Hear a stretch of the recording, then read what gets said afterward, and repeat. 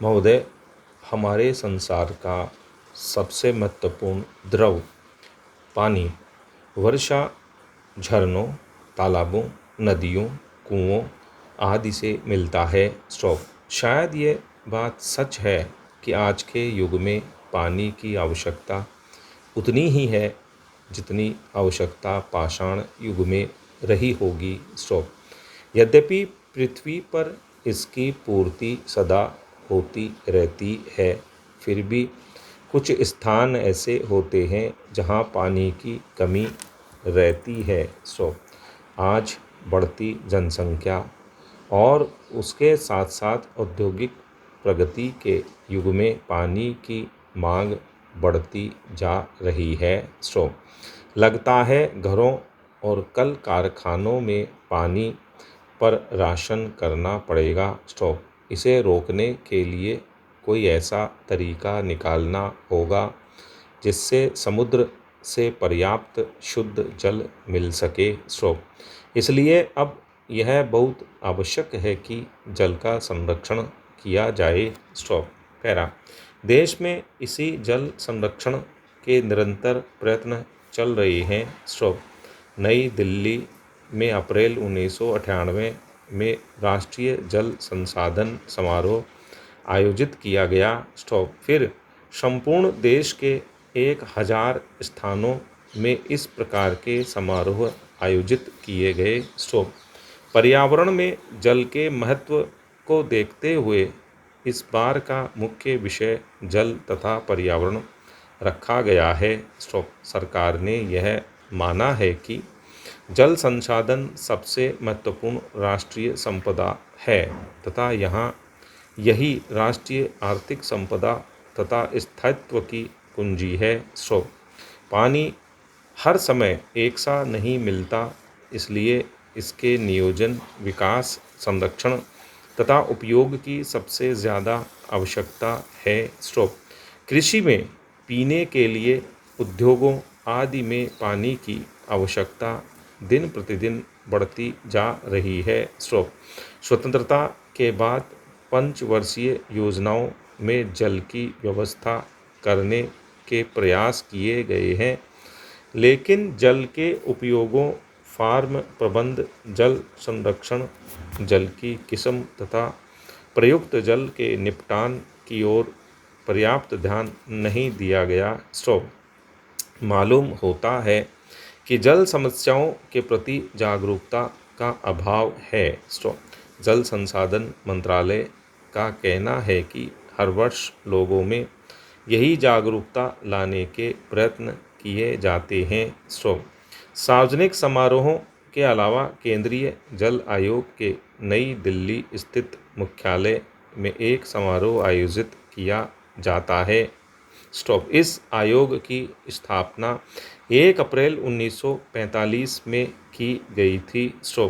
नई दिल्ली समारोह में जल संसाधन मंत्री ने जल संसाधन विकास तथा पर्यावरण प्रबंध की आवश्यकता पर बल दिया। इसमें सफलता प्राप्त करने के लिए हमें वन रोपण, मानव आवास, उद्योगों आदि में समन्वय स्थापित करना होगा। पैरा महोदय, पिछले 40 से 45 वर्ष तक देश में असाधारण जल संसाधन विकास का समय रहा। विकास तथा आर्थिक प्रगति के लिए पनबिजली उपलब्ध कराई गई। वर्ष 1950-51 में सिंचाई क्षमता केवल 2,30,00,000 हेक्टेयर थी, जो तिगुनी होकर 7.5 करोड़ हेक्टेयर हो गई। खाद्य उत्पादन 5 करोड़ टन से 18 करोड़ टन हो गया। जल संसाधनों के विकास तथा आयोजन के लिए 1987 में राष्ट्रीय जल नीति निर्धारित की गई। इसमें पीने के पानी को सर्वोच्च प्राथमिकता दी गई, लेकिन सबसे कठिन काम सूखा और बाढ़ के समय जल प्रबंध है। केंद्रीय जल आयोग ने बाढ़ चेतावनी के लिए देश में एक नेटवर्क स्थापित किया है, जिससे जान माल की सुरक्षा हो सके। जल संसाधन मंत्री ने ऊर्जा की आवश्यकता पर भी बल दिया है। यह ऊर्जा पर्यावरण संरक्षण रखते हुए मिलनी चाहिए और इसके लिए हमेशा उपयोग में आने वाली ऊर्जा है, जिसे हम ऊर्जा के वैकल्पिक स्रोत कहते हैं। स्टॉप। घरेलू तथा औद्योगिक कार्यों में जितनी ऊर्जा लगती है उसका आधा भाग ईंधन की लकड़ी से आता है। स्टॉप।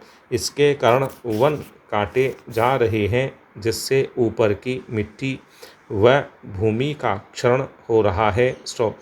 उन्होंने जल की कीमत को बहुत महत्वपूर्ण बताया और जल संरक्षण को अत्यधिक उपयोगी और अनिवार्य बताया। स्टॉप। विशेषतः आज के औद्योगिक युग में स्टॉप झीलों तथा नदियों का जल साफ रहना चाहिए। स्टॉप। केंद्रीय जल आयोग ने निरीक्षण कार्य अपने हाथों में लिया है और सारे देश में इसके 270 केंद्र स्थापित किए गए हैं। स्टॉप। इनसे प्राप्त सूचनाएं केंद्रीय प्रदूषण नियंत्रण मंडल, पर्यावरण तथा वन मंत्रालय और स्थानीय निकायों के लिए बहुत उपयोगी सिद्ध हो रही हैं। स्टॉप। इस समय सबसे अधिक आवश्यकता कचरा निपटाने के उद्देश्य से सस्ती तकनीकों पर अनुसंधान और विकास की है। स्टॉप। यदि हम सारे कचरे के पुनः चक्र में सफल हो जाते हैं तो नदियों में कचरा बहने से रोका जा सकता है। स्टॉप। पिछले कुछ दशकों में देश में एक और महत्वपूर्ण कार्य जल संबंधित पर्यावरण कानून बनाने का प्रयास हुआ है। स्टॉप। 1986 का पर्यावरण कानून जल, भूमि, वायुमंडल आदि के सभी पर्यावरण पहलुओं पर लागू होता है। स्टॉप। इस कानून में जो कमियां हैं उन्हें दूर किया जा रहा है, जिससे राज्यों को इसके लागू करने के लिए और अधिकार मिल सकें। स्टॉप। धन्यवाद।